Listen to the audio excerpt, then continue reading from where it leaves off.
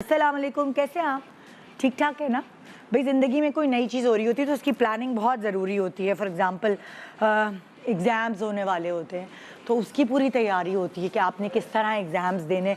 कहीं आप घूमने जा रहे होते हैं तो घूमने जाने के लिए आपको रिसर्च करनी पड़ती है, टिकट्स खरीदने पड़ते हैं, बुकिंग्स करानी पड़ती है, कहाँ ठहरेंगे, कहाँ घूमेंगे, कहाँ खाएंगे पिएंगे। ज़ाहिर है कोई भी चीज़ जब आप जिस पे आपको पैसे खर्च करने होते हैं उसकी बाकायदा तैयारी होती है।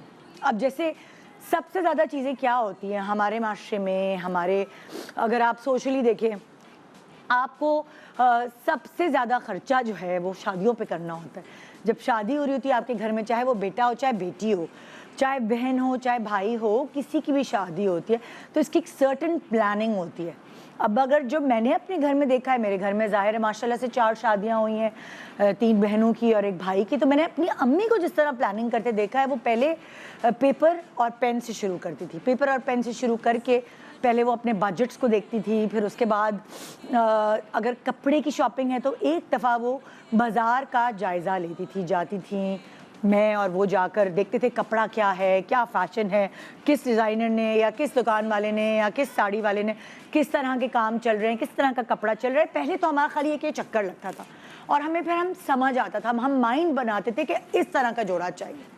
फिर सेकंड चक्कर लगता था कौन कितने का क्या बेच रहा है, किसके पास क्या है, और कोई 4-5 चक्रों में जाके शादी वलीमा या कोई भी इवेंट है उसका जोड़ा कंप्लीट किया जाता था। फिर होती थी जनाब मेकअप की बारी। मेकअप की बारी में भी यही हुआ है। जब मेरी शादी हुई तो सोशल मीडिया का दौर इतना था नहीं, तो हम क्या करते थे, हम सैलून्स में जाके हम चेक करते थे कि कैसी दुल्हनें वहाँ तैयार हुई हुई है और उससे हम थोड़ा सा जायज़ा लेते थे कि हमारे ऊपर यानी इस ब्राइड के ऊपर किसका हाथ सूट करेगा, कौन से इवेंट के लिए कौन सा मेकअप आर्टिस्ट चुनना ज़रूरी है। अब तो सोशल मीडिया का दौर है तो लड़कियां बहुत सोशल मीडिया पे ही ये पता लगा लेती हैं कि कौन कैसा काम करता है और क्या ये मेकअप मेरे ऊपर सूट करेगा कि नहीं। फिर और बहुत सारी तैयारी में चीज़ें आ जाती हैं। ये मेकअप और कपड़े तो दुल्हन की जिम्मेदारी होती है, लेकिन खाना, फोटोग्राफी, इवेंट प्लानिंग और बहुत सी ऐसी चीज़ें जो हैं वो सारी घर वालों को बटी हुई होती है जिम्मेदारियाँ। मगर जो फ़र्क है पहले में और अब में वो ये है कि पहले दुल्हन और दुल्हा सारी मेन जिम्मेदारियां अपने रिश्तेदारों पे छोड़ दिया करते थे।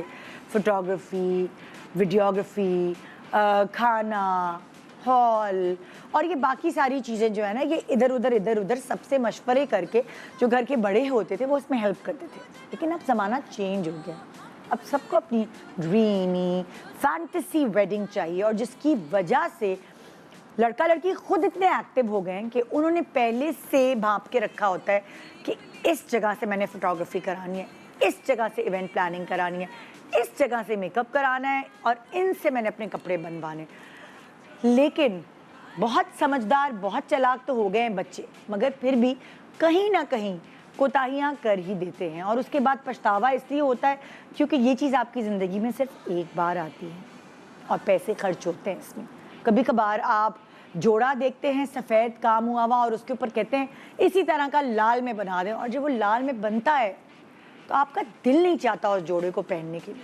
तो इन सब चीज़ों की प्लानिंग के लिए क्या क्या चीज़ें ज़रूरी हैं हम आपको हेल्प करेंगे। आज एक पूरा पैकेज हम आपके लिए लेकर आए हैं अपने शो पे, जहां हम डिस्कशन करेंगे अलग अलग टॉपिक्स पे रिलेटेड टू शादी, जो कि अब अनकरीब सीज़न शुरू होने वाला है। आपके घर में कार्ड्स की लाइन लगने वाली है और फिर आपने तय करना होगा किस शादी में किस दिन जाना है, क्योंकि एक एक दिन में 3-3 शादियाँ होती हैं।